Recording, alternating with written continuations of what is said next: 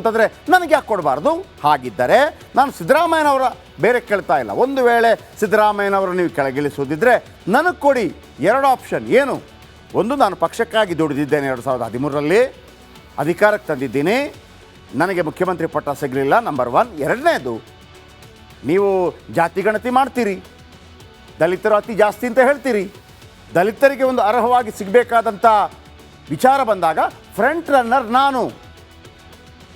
ಈ ಅಹವಾಲನ್ನು ಪರಮೇಶ್ವರ್ ಅವರು ಹೈಕಮಾಂಡ್ ಮುಂದಿಡ್ತಿದ್ದಾರೆ. ನನಗೀಗ ಅನಿಸ್ತಾ ಇದೆ, ಸತೀಶ್ ಜಾರಕಿಹೊಳಿ ಅವರ ಮೀಟಿಂಗಿಗಿಂತಲೂ ಪರಮೇಶ್ವರ್ ಅವರ ಮೀಟಿಂಗ್ ಹೈಕಮಾಂಡ್ಗೆ ದೊಡ್ಡ ತಲೆನೋವಾಗುವಂಥ ಸಾಧ್ಯತೆ ಇದೆ. ಆದರೆ ಈ ಪರಮೇಶ್ವರ್ ಅಂತವರೆಲ್ಲಿದ್ದಾರಲ್ಲ, ಅವರೊಂದು ಲಿಮಿಟ್ ದಾಟೋದಿಲ್ಲ, ಎಷ್ಟೇ ಪ್ರತಿಭಟನೆ ಮಾಡಿದರೂ ಕೂಡ. ಬಟ್ ಸತೀಶ್ ಜಾರಕಿಹೊಳಿ ಹಂಗಲ್ಲ.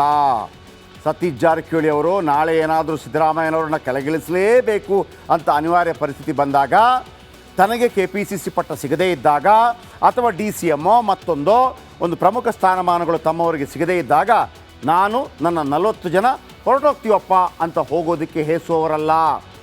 ಎಲ್ಲೋಗ್ತಾರೆ ಹೋದರೆ, ಒಂದು ಅಂದಾಜಿನ ಪ್ರಕಾರ ನಮ್ಮ ಡಿಮಾಂಡ್ಗಳನ್ನು ಫುಲ್ಫೈ ಮಾಡದೇ ಇದ್ದರೆ ನಾವು 40 ಜನ ಕರ್ಕೊಂಡು ಕುಮಾರಸ್ವಾಮಿ ಅವರನ್ನು ಭೇಟಿ ಆಗ್ತೀವಿ. ಅಲ್ಲಿ ಹೇಗೂ 60-66 BJP ಇದೆ, ನಾವು 40 ಇರ್ತೀವಿ, ಆಮೇಲೆ ನೋಡೋಣ. ಇಂಥ ಒಂದು ಅಂತಂದರೆ ನನಗೆ ಯಾಕೆ ಕೊಡಬಾರ್ದು? ಹಾಗಿದ್ದರೆ ನಾನು ಸಿದ್ದರಾಮಯ್ಯನವರ ಬೇರೆ ಕೇಳ್ತಾ ಇಲ್ಲ. ಒಂದು ವೇಳೆ ಸಿದ್ದರಾಮಯ್ಯನವರು ನೀವು ಕೆಳಗಿಳಿಸೋದಿದ್ದರೆ ನನಗೆ ಕೊಡಿ. ಎರಡು ಆಪ್ಷನ್ ಏನು? ಒಂದು, ನಾನು ಪಕ್ಷಕ್ಕಾಗಿ ದುಡಿದಿದ್ದೇನೆ, 2013ರಲ್ಲಿ ಅಧಿಕಾರಕ್ಕೆ ತಂದಿದ್ದೀನಿ, ನನಗೆ ಮುಖ್ಯಮಂತ್ರಿ ಪಟ್ಟ ಸಿಗಲಿಲ್ಲ, ನಂಬರ್ 1. ಎರಡನೇದು, ನೀವು ಜಾತಿ ಗಣತಿ ಮಾಡ್ತೀರಿ, ದಲಿತರು ಅತಿ ಜಾಸ್ತಿ ಅಂತ ಹೇಳ್ತೀರಿ, ದಲಿತರಿಗೆ ಒಂದು ಅರ್ಹವಾಗಿ ಸಿಗಬೇಕಾದಂಥ ವಿಚಾರ ಬಂದಾಗ ಫ್ರಂಟ್ ರನ್ನರ್ ನಾನು. ಈ ಅಹವಾಲನ್ನು ಪರಮೇಶ್ವರ್ ಅವರು ಹೈಕಮಾಂಡ್ ಮುಂದಿಡ್ತಿದ್ದಾರೆ. ನನಗೀಗ ಅನಿಸ್ತಾ ಇದೆ, ಸತೀಶ್ ಜಾರಕಿಹೊಳಿ ಅವರ ಮೀಟಿಂಗಿಗಿಂತಲೂ ಪರಮೇಶ್ವರ್ ಅವರ ಮೀಟಿಂಗ್ ಹೈಕಮಾಂಡ್ಗೆ ದೊಡ್ಡ ತಲೆನೋವಾಗುವಂಥ ಸಾಧ್ಯತೆ ಇದೆ. ಆದರೆ ಈ ಪರಮೇಶ್ವರ್ ಅಂತವರೆಲ್ಲಿದ್ದಾರಲ್ಲ, ಅವರೊಂದು ಲಿಮಿಟ್ ದಾಟೋದಿಲ್ಲ, ಎಷ್ಟೇ ಪ್ರತಿಭಟನೆ ಮಾಡಿದರೂ ಕೂಡ. ಬಟ್ ಸತೀಶ್ ಜಾರಕಿಹೊಳಿ ಹಂಗಲ್ಲ.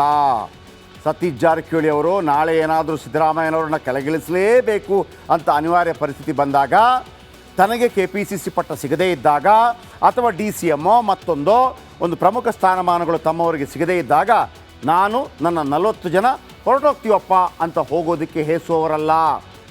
ಎಲ್ಲೋಗ್ತಾರೆ ಹೋದರೆ, ಒಂದು ಅಂದಾಜಿನ ಪ್ರಕಾರ ನಮ್ಮ ಡಿಮಾಂಡ್ಗಳನ್ನು ಫುಲ್ಫೈ ಮಾಡದೇ ಇದ್ದರೆ ನಾವು 40 ಜನ ಕರ್ಕೊಂಡು ಕುಮಾರಸ್ವಾಮಿ ಅವರನ್ನು ಭೇಟಿ ಆಗ್ತೀವಿ. ಅಲ್ಲಿ ಹೇಗೂ 60-66 BJP ಇದೆ, ನಾವು 40 ಇರ್ತೀವಿ, ಆಮೇಲೆ ನೋಡೋಣ.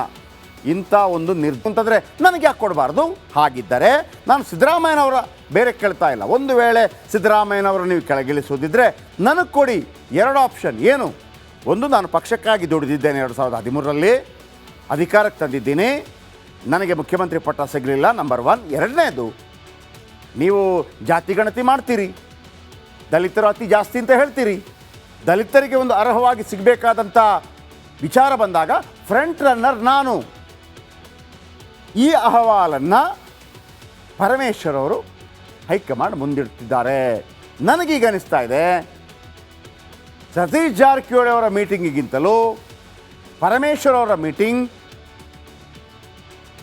ಹೈಕಮಾಂಡ್ಗೆ ದೊಡ್ಡ ತಲೆನೋವಾಗುವಂಥ ಸಾಧ್ಯತೆ ಇದೆ. ಆದರೆ ಈ ಪರಮೇಶ್ವರ್ ಅಂತವರೆಲ್ಲಿದ್ದಾರಲ್ಲ, ಅವರೊಂದು ಲಿಮಿಟ್ ದಾಟೋದಿಲ್ಲ, ಎಷ್ಟೇ ಪ್ರತಿಭಟನೆ ಮಾಡಿದರೂ ಕೂಡ. ಬಟ್ ಸತೀಶ್ ಜಾರಕಿಹೊಳಿ ಹಂಗಲ್ಲ.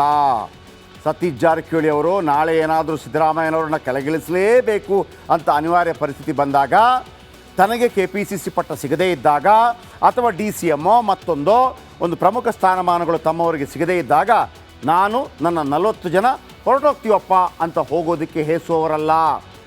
ಎಲ್ಲೋಗ್ತಾರೆ ಹೋದರೆ, ಒಂದು ಅಂದಾಜಿನ ಪ್ರಕಾರ ನಮ್ಮ ಡಿಮಾಂಡ್ಗಳನ್ನು ಫುಲ್ಫೈ ಮಾಡದೇ ಇದ್ದರೆ ನಾವು 40 ಜನ ಕರ್ಕೊಂಡು ಕುಮಾರಸ್ವಾಮಿ ಅವರನ್ನು ಭೇಟಿ ಆಗ್ತೀವಿ. ಅಲ್ಲಿ ಹೇಗೂ 60-66 BJP ಇದೆ, ನಾವು 40 ಇರ್ತೀವಿ, ಆಮೇಲೆ ನೋಡೋಣ. ಇಂಥ ಒಂದು ಅಂತಂದರೆ ನನಗೆ ಯಾಕೆ ಕೊಡಬಾರ್ದು?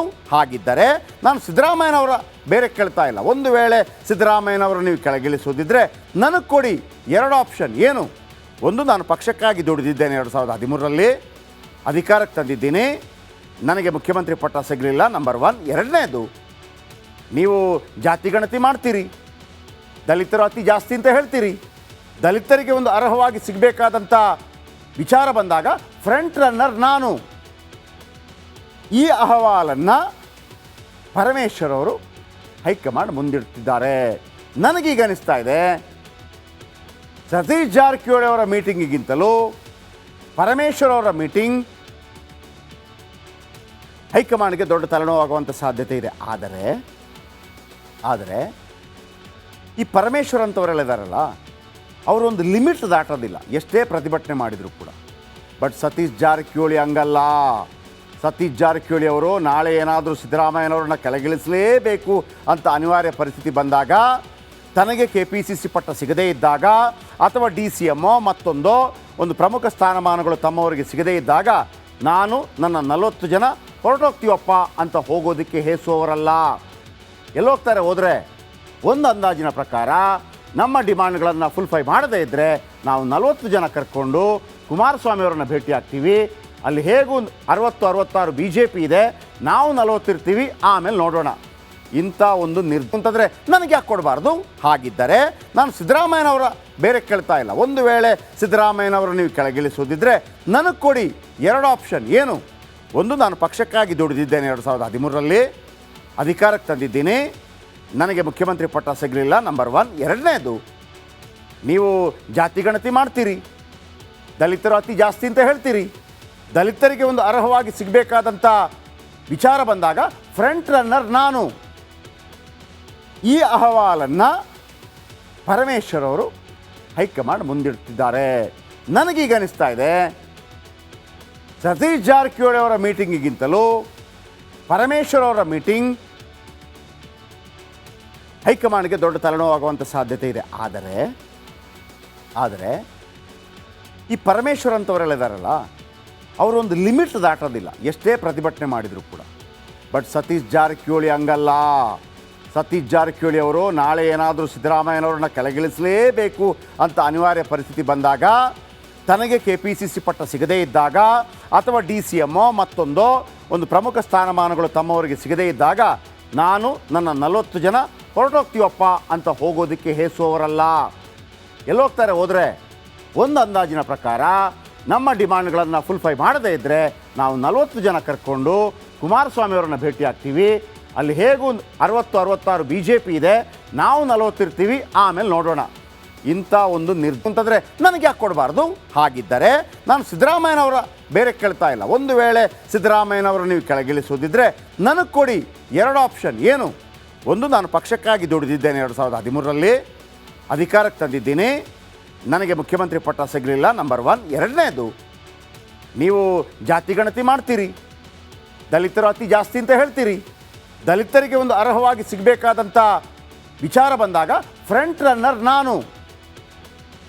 ಈ ಅಹವಾಲನ್ನು ಪರಮೇಶ್ವರ್ ಅವರು ಹೈಕಮಾಂಡ್ ಮುಂದಿಡ್ತಿದ್ದಾರೆ. ನನಗೀಗ ಅನಿಸ್ತಾ ಇದೆ ಸತೀಶ್ ಜಾರಕಿಹೊಳಿ ಅವರ ಮೀಟಿಂಗಿಗಿಂತಲೂ ಪರಮೇಶ್ವರ್ ಅವರ ಮೀಟಿಂಗ್ ಹೈಕಮಾಂಡ್ಗೆ ದೊಡ್ಡ ತಲೆನೋವಾಗುವಂಥ ಸಾಧ್ಯತೆ ಇದೆ. ಆದರೆ ಈ ಪರಮೇಶ್ವರ್ ಅಂತವರೆಲ್ಲ ಇದ್ದಾರಲ್ಲ, ಅವರೊಂದು ಲಿಮಿಟ್ ದಾಟೋದಿಲ್ಲ ಎಷ್ಟೇ ಪ್ರತಿಭಟನೆ ಮಾಡಿದರೂ ಕೂಡ. ಬಟ್ ಸತೀಶ್ ಜಾರಕಿಹೊಳಿ ಹಂಗಲ್ಲ. ಸತೀಶ್ ಜಾರಕಿಹೊಳಿ ಅವರು ನಾಳೆ ಏನಾದರೂ ಸಿದ್ದರಾಮಯ್ಯನವ್ರನ್ನ ಕೆಳಗಿಳಿಸಲೇಬೇಕು ಅಂತ ಅನಿವಾರ್ಯ ಪರಿಸ್ಥಿತಿ ಬಂದಾಗ, ತನಗೆ KPCC ಪಟ್ಟ ಸಿಗದೇ ಇದ್ದಾಗ, ಅಥವಾ DCM ಮತ್ತೊಂದೋ ಒಂದು ಪ್ರಮುಖ ಸ್ಥಾನಮಾನಗಳು ತಮ್ಮ